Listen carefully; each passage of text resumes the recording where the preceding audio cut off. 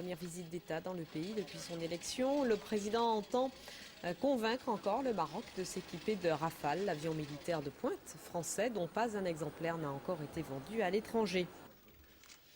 Il était le leader de l'opposition au pouvoir marocain en place. Mehdi Ben Barka a été enlevé le 29 octobre 1965 en plein quartier latin à Paris. Son corps n'a jamais été retrouvé. Aujourd'hui, nous vous révélons en exclusivité que le juge chargé de l'enquête sur cette disparition lance 5 mandats d'arrêt internationaux contre d'actuelles hautes personnalités militaires et politiques marocaines. Une initiative qui pourrait troubler les relations entre Paris et Rabat le jour même, on l'a vu, de la visite de Nicolas Sarkozy au Maroc. Joseph Tual. 42 ans après, l'affaire Mehdi Ben Barka rebondit. Le juge Patrick Ramel, en charge du dossier sur la disparition de cet opposant au roi du Maroc, enlevé en plein Paris en 1965, vient de lancer 5 mandats d'arrêt internationaux. 5 mandats visant des hauts responsables des services de sécurité marocains. Parmi eux, le général Ben Slimane, actuel chef de la gendarmerie royale. À l'époque des faits, il était capitaine. Selon la justice française, il aurait servi de relais entre le pouvoir marocain et les membres du commando.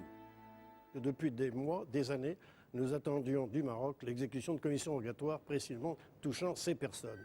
Le gouvernement marocain, sans doute par la pression des sécuritaires n'agissant pas, il était temps que M. Ramel décide de prendre une pareille décision et décide des mandats d'arrêt internationaux. Je rappelle que l'exécution de ces mandats font que ces personnes ne pourront pas quitter le Maroc ou en tout cas risquent dans n'importe quel pays d'être arrêtées.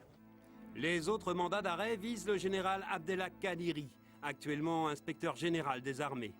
Miloud Tounsi, préfet en retraite, c'est lui le fameux Chtouki, soupçonné d'être le principal organisateur de l'enlèvement. Boubker Hassouni, dit l'infirmier, un policier en retraite. Et enfin, Abdelhak Achachi, un autre membre du commando. Ces hommes ne sont pas des inconnus dans le dossier Ben Barka. Mais le juge français, malgré de multiples demandes, n'a jamais pu les interroger. Ces mandats d'arrêt le lui permettront-ils ? C'est en tout cas la première fois que la procédure prend un tournant aussi spectaculaire.